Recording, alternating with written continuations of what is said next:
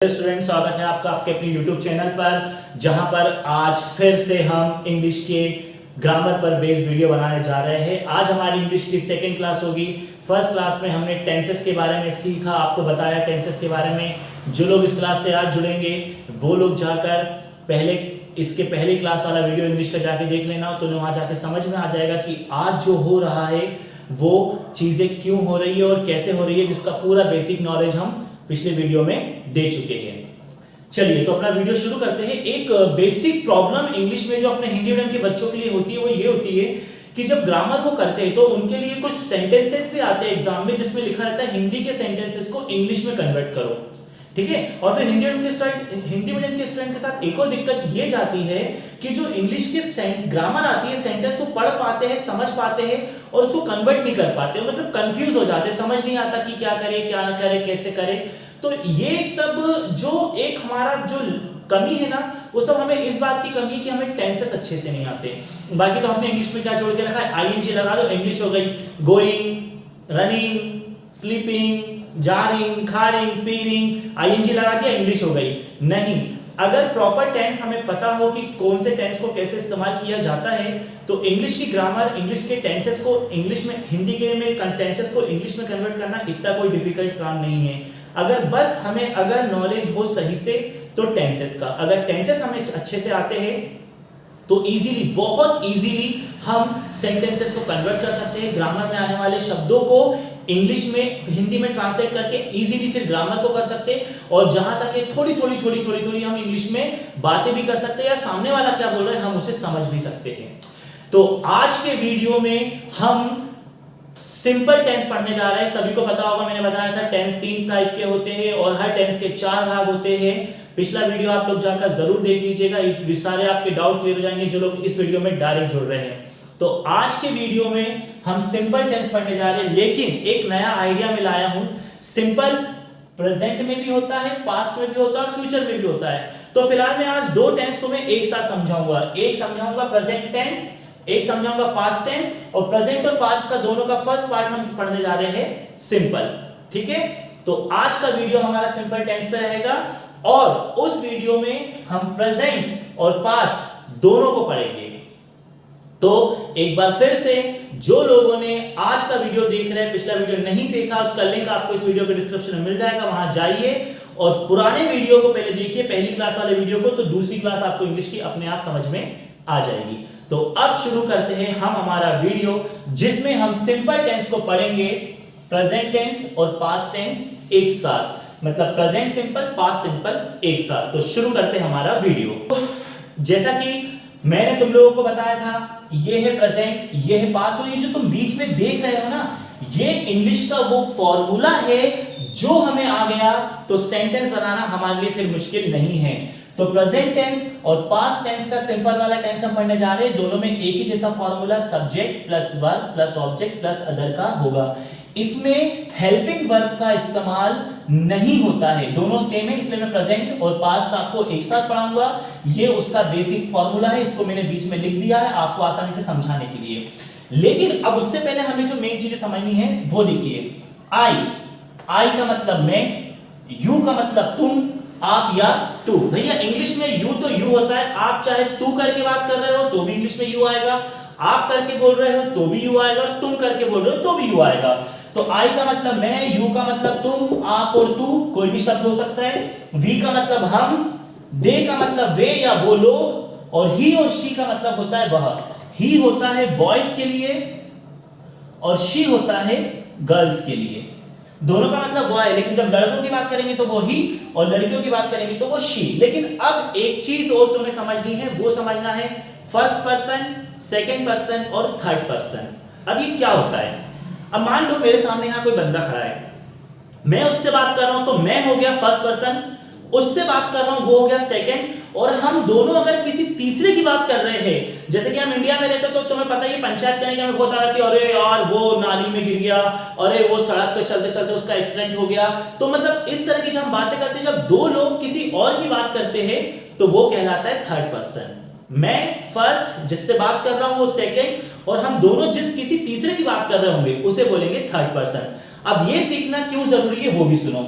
तो सबसे पहले ध्यान रखना, आई कहलाता है फर्स्ट, यू और वी कहलाता है सेकंड, और ही, शी और दे ये कहलाते हैं थर्ड। यहां पर एक और चीज मिसिंग है, उसका इस्तेमाल भी करते हैं अपन, इट का इस्तेमाल कैसे होता है बताऊंगा, ये भी थर्ड में आता है। अब ये क्यों समझना जरूरी है, फर्स्ट और सेकंड थर्ड, आपको वीडियो में पता चलेगा, फिलहाल आप ध्यान रखेंगे। आई बनता है फर्स्ट पर्सन, यू आई यानी मैं, यू यानी तुम सामने वाला, और ही शी अपन बोलते हैं ना वह लोग या वो लोग, तो ये थर्ड हो जाते हैं। तो ध्यान रखेंगे, आई होता है फर्स्ट पर्सन, यू होता है सेकंड पर्सन, यू और वी को सेकंड पर्सन बोलते हैं, दे, ही, शी और इट ये सब आते हैं थर्ड में। अब ये फर्स्ट सेकंड थर्ड क्या है वो मैं आपको वीडियो में बताऊंगा, फिलहाल आपको ये चीज ध्यान रखनी है, कॉपी में नोट कर लेना है, दिमाग में भी इसको फीड कर लेना है, ठीक है। चलिए अब शुरू करते हैं हम अपने वीडियो में, जो हमारा मेन चीज है उसको शुरू करते हैं, ठीक है। चलिए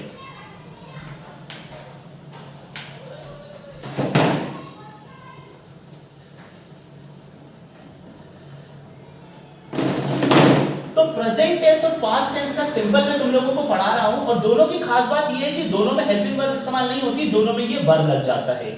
बस फर्क अब पड़ेगा वर्ब का। अब वर्ब कैसे इस्तेमाल होती है तो मैं बताता हूं। वर्ब की मैंने आपको बताया था पिछले वीडियो में 3 फॉर्म होती है, तो यहां याद रखना है आपको, प्रेजेंट टेंस में वर्ब की फर्स्ट फॉर्म यूज होती है, तो पास्ट टेंस में वर्ब की सेकेंड फॉर्म यूज होती है। अब लेकिन एक और चीज ध्यान रखना है, जो प्रेजेंट टेंस के बारे में आपको ध्यान रखना है, उसे अच्छे से आप ध्यान रखिए।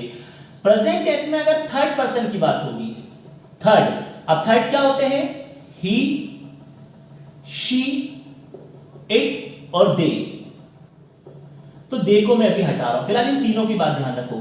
ही, शी, इट या किसी थर्ड का नाम लेके बात करेंगे, नेम ऑल्सो, क्योंकि अगर मैं बोलूंगा कि मैं राहुल की बात कर रहा हूं, या मेहुल की बात कर रहा हूं, या फलाने की बात कर रहा हूं, मैं ढुमकाने की बात कर रहा हूं, तो वो भी एक नाम है, तो ये थर्ड पर्सन में आते हैं। तो आपको ये बात ध्यान रखनी है, प्रेजेंट टेंस में जब थर्ड पर्सन से कोई सेंटेंस शुरू होता है तो आखिरी में उसके हर वर्ब जो भी होगी उसके आखिरी में एस लग जाएगा, जो भी वर्ब होगी एस लग जाएगा। ध्यान रखना, जो भी वर्ब होगी उसमें क्या लग जाएगा, एस लग जाएगा, एस, या आप ध्यान रखेंगे, एस लग जाएगा। थर्ड पर्सन जब भी इस्तेमाल होगा प्रेजेंट टेंस में, तो जो भी वर्ब होगी उसके आखिरी में एस लग जाएगा। कैसे वो मैं बताऊंगा, फिलहाल आपको ये ध्यान रखना है, इसीलिए मैंने आपको फर्स्ट, सेकंड और थर्ड पर्सन समझाया था। अच्छा, ने कोई नाम हो, ही हो, शी हो, इट हो, ये चारों में ये बात लागू होती है, पर ये बात लागू नहीं होती है दे में, तो इस बात का आपको ध्यान रखना है, दे में ये बात लागू नहीं होती है। तो अब हम शुरू करते हैं, फिलहाल आपको क्या ध्यान रखना है, प्रेजेंट टेंस में वर्ब की फर्स्ट फॉर्म, और साथ ही साथ अगर वो सेंटेंस थर्ड पर्सन से शुरू हो रहा है तो वर्ब के आखिरी में एस लग जाएगा, और पास्ट टेंस में वर्ब की सेकंड फॉर्म लगेगी। अब मैं आपको समझाता हूं कैसे। चलिए, अब हमारी वही प्रॉब्लम है ना कि हिंदी के सेंटेंस को इंग्लिश में करना पड़ता है, हिंदी के बच्चों को सबसे ज्यादा दिक्कत इसमें जाती है। तो चलिए, जैसे मैंने यहां लिया कि अपन यहां पर एक वर्ड लिया कि वह क्रिकेट खेलता है। देखिए, ता है, खेलता है, इसलिए प्रेजेंट का है। अब यही मैं लिख दूं कि वह क्रिकेट खेलता था, इसमें भी ता है, इसमें भी ता है, पर ये है इसलिए ये प्रेजेंट को शो करेगा, ये था है इसलिए ये पास्ट को शो करेगा। तो ध्यान रखना, अभी कैसे, अपने को इसको ध्यान रखना, सब्जेक्ट, यहां पे सब्जेक्ट है वह, क्योंकि ता है मतलब लड़का होगा, तो ये आ गया ही, आ गया ही।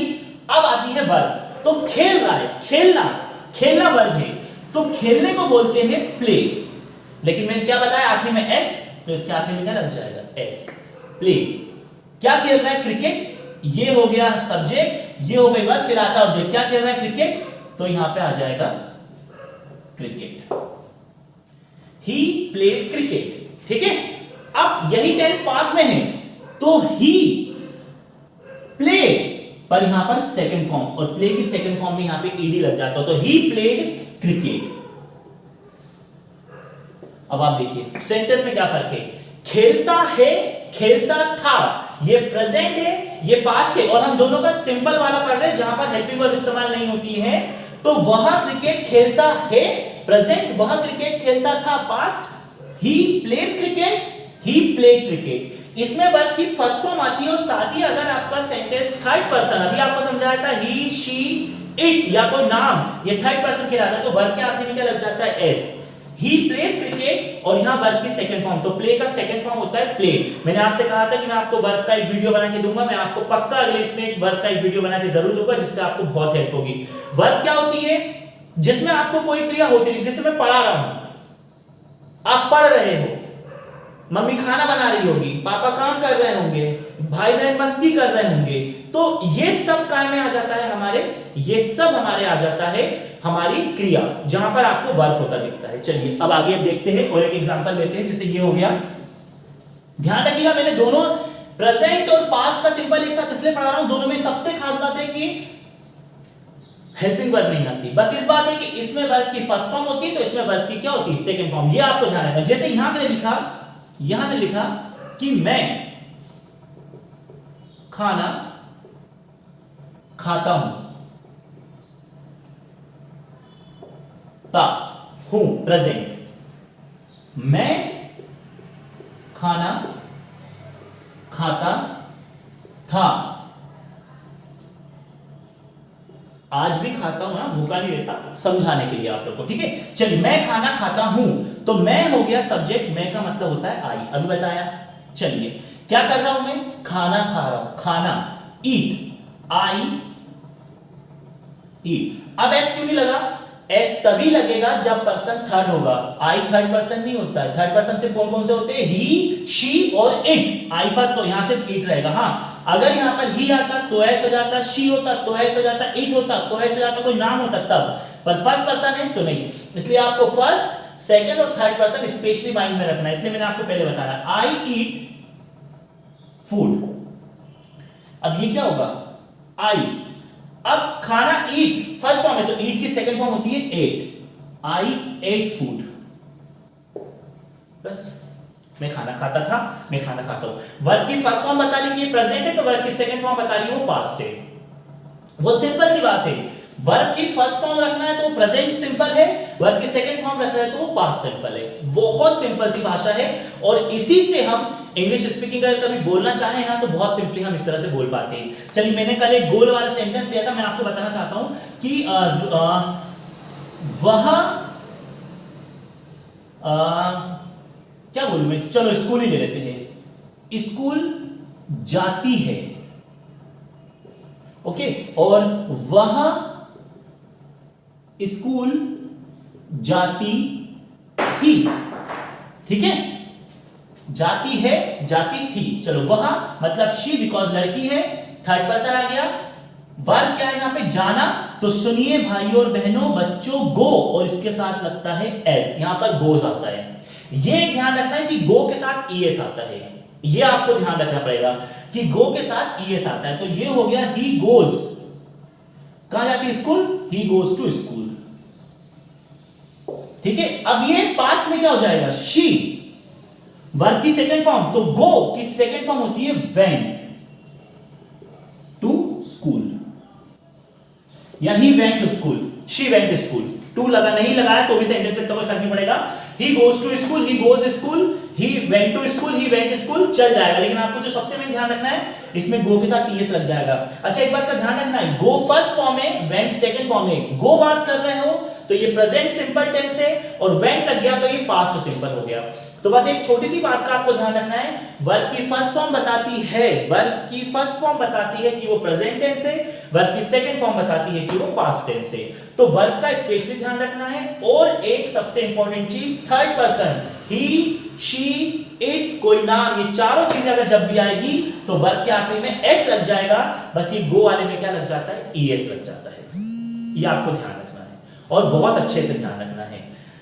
अब वर्ब की फॉर्म को अगर मैं आपको ज्यादातर बताऊं तो ज्यादातर वर्ब की जो फॉर्म होती है उसमें ईडी लग जाता है। वर्ब की फॉर्म का एक वीडियो मैं आप लोगों को नेक्स्ट मतलब इंग्लिश की जो थर्ड क्लास रहेगी उसमें सबसे पहले दे दूंगा। जितनी पॉसिबल वर्ब होगी मैं बता दूंगा, बाकी आपको याद रखनी पड़ेगी। वर्ब आपको याद रखनी पड़ेगी, उसके बिना काम नहीं हो पाएगा। और वर्ब क्या होती है? खाना, खेलना, कूदना, पीना, सोना, ये सब क्या होता है? जैसे एक और लो, चलो अब अपन बोलेंगे कि तुम, चलो तुम घर में रहते हो, चलो हाँ, घर में रहते हो, बड़ा बेतुका सवाल है, घर में ही रहते, पर अपन को सीखना इसलिए। और तुम घर में रहते थे, चलिए तुम यानी यू, सेकंड पर्सन है, ध्यान रखना। रहना, रहने को बोलते हैं लीव, ऐसा है नहीं क्योंकि सेकंड पर्सन है। यू लीव कहां रहता है, घर में इन होम या हाउस। और यू वर्ब की यहां लीव की सेकंड फॉर्म में लग जाएगा बस ED, you live in home.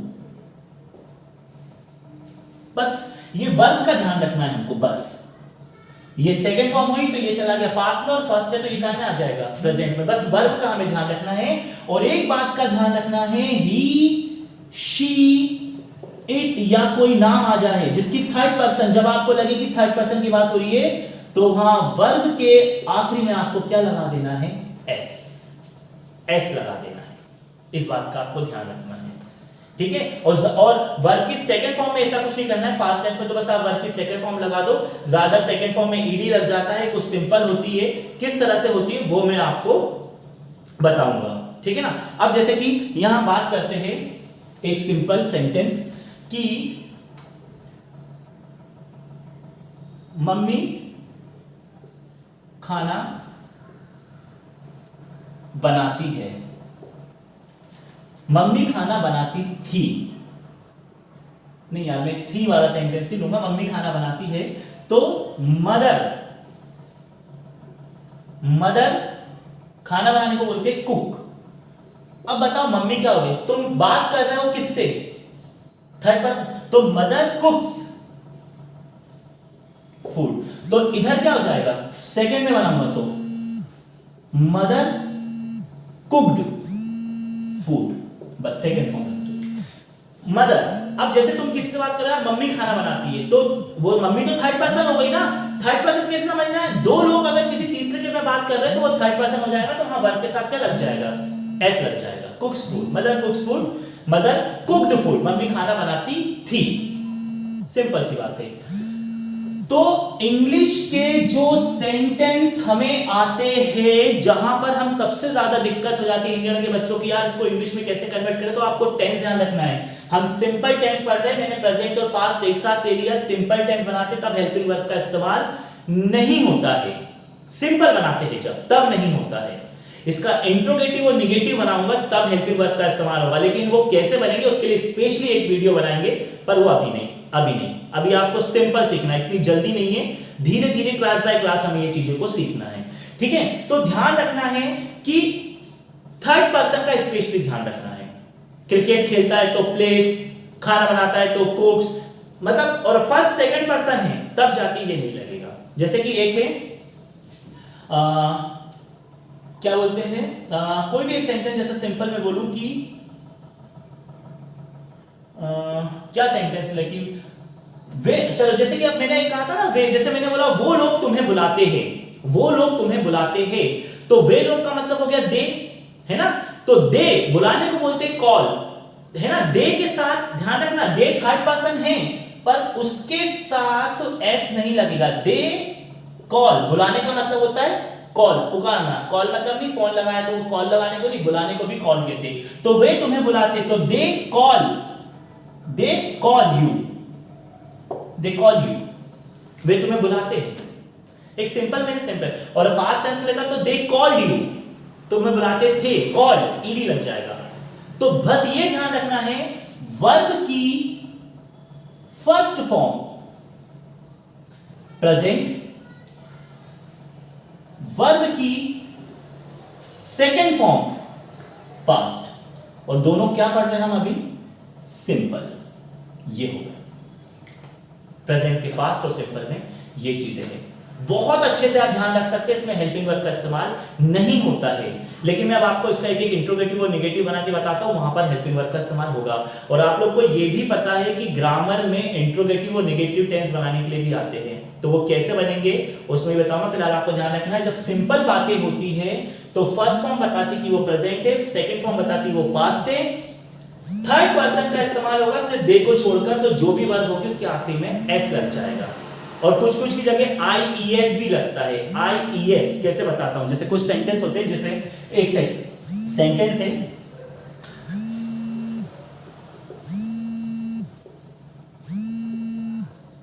मैं कोशिश करता हूं, चलो इसमें तो नहीं बदलेगा, वह कोशिश करता है, चलो ये लिया, वह कोशिश करता है, तो वह को बोलते हैं ही, क्योंकि तार है ही। अब कोशिश करने को बोलते हैं ट्राई, ही ट्राई, तो क्या होगा कि यहां पर IES लग जाएगा, ही ट्राई, ही ट्राइज,